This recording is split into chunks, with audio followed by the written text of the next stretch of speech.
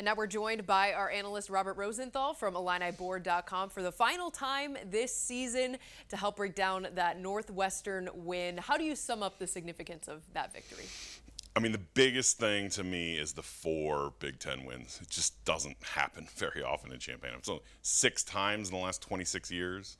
So, to get to 4 and 5 in the Big Ten, that's a really, really big accomplishment. There have been bowl seasons where Illinois only won 2 Big Ten games and then beat 4 easy non-conference opponents and slid into a bowl at 6 and 6. So to go 4 and 5 in the Big Ten, it's a really, really impressive accomplishment, and it kind of launches into the next year.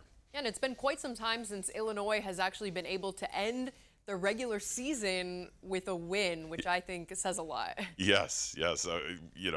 Looking that stat up, so they've won 2 bowl games, this, let's call it this century in the 2000s. They've won a bowl game in 2010 and 2011. So those 2 years they finished with a win. But every other season, the only year they finished with a win was 2002. Like every other year, they lost their final game.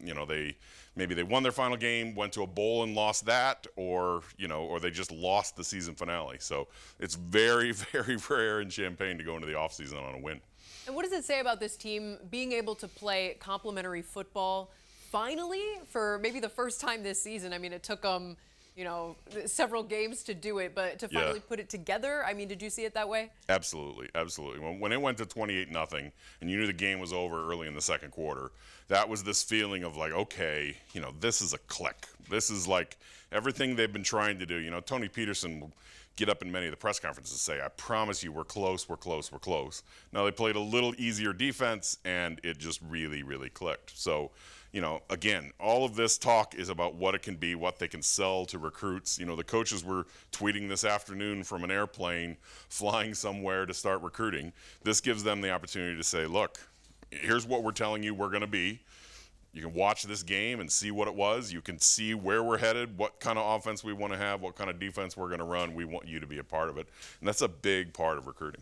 Now, the big positions of need that I see are on the offense, especially with quarterback. Brandon Peters has exhausted all of his eligibility. Still a lot of question marks with that wide receiver room. Do you see them needing to fill a lot of places there? Yeah, and, quarterback is probably the biggest one. I mean, it's college football. You look at what Northwestern, they couldn't settle on a quarterback this year, and they struggled on offense all year. Offensive line is probably the biggest of all, because at the end of the year, they were just starting 4 of 5 seniors for the last, for the month of November. And so those 4 guys depart. You just have Julian Pearl coming back, and you've got to find 4 other linemen. They have some guy, Jordan Slaughter missed this entire year. He would have probably been in the rotation at least. He missed the entire year with a broken ankle. So he returns. You have some other guys who are returning, but it's, anytime you lose 4 offensive linemen, it's a, first game the next year, there's sometimes 4 false start penalties and a couple holds because they didn't pick up a stunt right and that type of thing. So that's the biggest thing. And I think they're going to look both at junior college recruits that can maybe come in and play as well as the transfer portal, trying to find some offensive linemen. Now, defensive coordinator Ryan Walters signing a big extension that keeps him here for a couple more seasons. What kind of stability does that provide for the program and having here for at least a couple more years? It provides fantastic stability, not only because you're running the same defense and you really improved this much the first year, but as Coach Bielema said in the post-game press conference yesterday, a lot of this defense returns. Depending on what kind of defense they were starting against a passing team or a rushing team, the main pieces they lose are the 2 defensive ends, outside linebackers, Owen Carney and Isaiah Gay, and then Tony Adams at corner. Everybody else that was out there for this month of really great defense is coming back. And so, if they can find the right pieces either on their roster or that, you should think that the defense could even improve next year. So it's really impressive. There's been a lot of ups and downs this season, but how can you sum up this first year for head coach Bret Bielema and what he's been able to do with the program? It's crazy that a 5-7 season is so encouraging. There have been so many 5-7 seasons in Champaign of like, oh, just win that one game and it's a bowl game and that type of thing. But the way this played out, and we'll just call it the bad luck of playing UTSA the year they go 11-1, and the way everything kind of played out with some of the injuries, and Keith Randolph missing those games when they really needed him, and all that kind of stuff. With the way it played out of these 4 Big Ten wins, of being competitive in every Big Ten West game except for the Wisconsin game, going on the road and winning at Minnesota, winning at Penn State, were all the little things to blow out your rival and finally get the trophy back. All of those things exceed the expectations of a first year. And so, if this was last year's schedule, we're talking about a 7-5, 8-4 team going to a bowl, maybe a decent bowl. It just so happens they played the 6th toughest schedule in the country, and it just so happens that they, lost a few of the close games that would have been the difference. But again, 4-5, winning this game like this, it's a big launch point for the future. No, a bowl game is not entirely out of the question. It's very, very unlikely at this point, but the chance isn't 0. Yes. At this point, we're down to, we're in the 3% range kind of thing. The hope was that maybe there wouldn't be enough 6-6 teams, and would be one of the 5-7 teams chosen. As it turned out, there's now 83 6-6 teams for 82 spots, so now one team's going to get left out. The only hope, and this doesn't happen all that often, would be teams that did get to 6-6 that are doing a coaching change that would just say, you know what, we haven't even hired our new coach yet. We're just going to pass on a bowl this year. It's happened sometimes.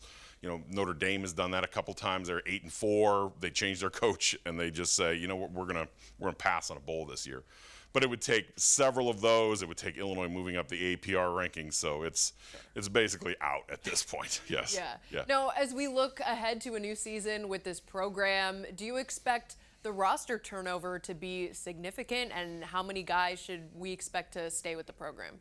It'll be an off season like we haven't seen, mostly because they've had the ability to have more than 85 scholarship players this year with the super seniors and with COVID.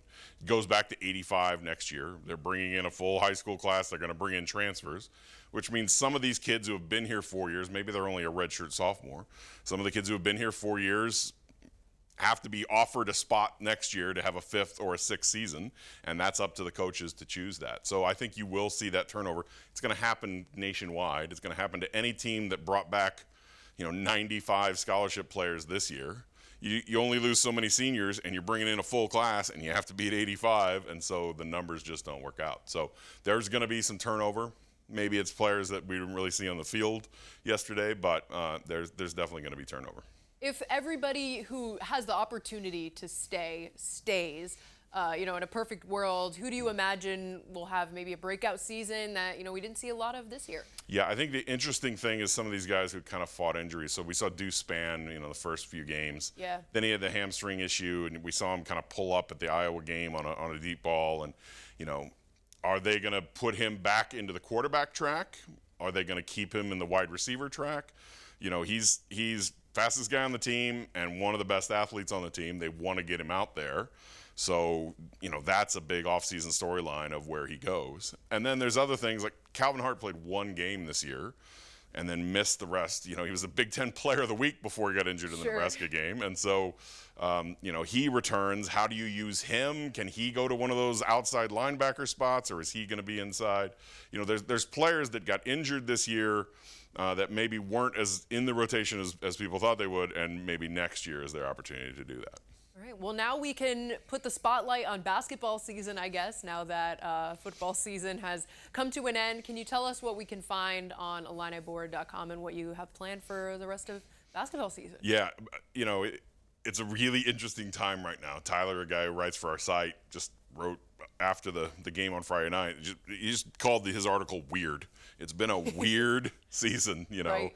Injuries and concussions and looking like they did against Cincinnati and Marquette, but then turning it around and then struggling with this team, and 3 starters are out. It's just, these first 3 weeks have not been like anyone imagined. We can still see the potential. We can still see how it can all come together in January, February, and March, and how the pieces can all assemble. But how long is Trent Frazier out? How long is Jacob Grandison out? Do 8 players have the flu right now? And against Notre Dame, you're gonna, it's just really strange how, none of this happened last year. There were no, no sickness. There was And no no COVID. COVID, Yes, right. there was no any of that. And this year, it's flu, it's ankles, it's knees, it's concussions. It's Kofi suspended for 3 games. It's just a really strange start to the season. So they just need some normalcy.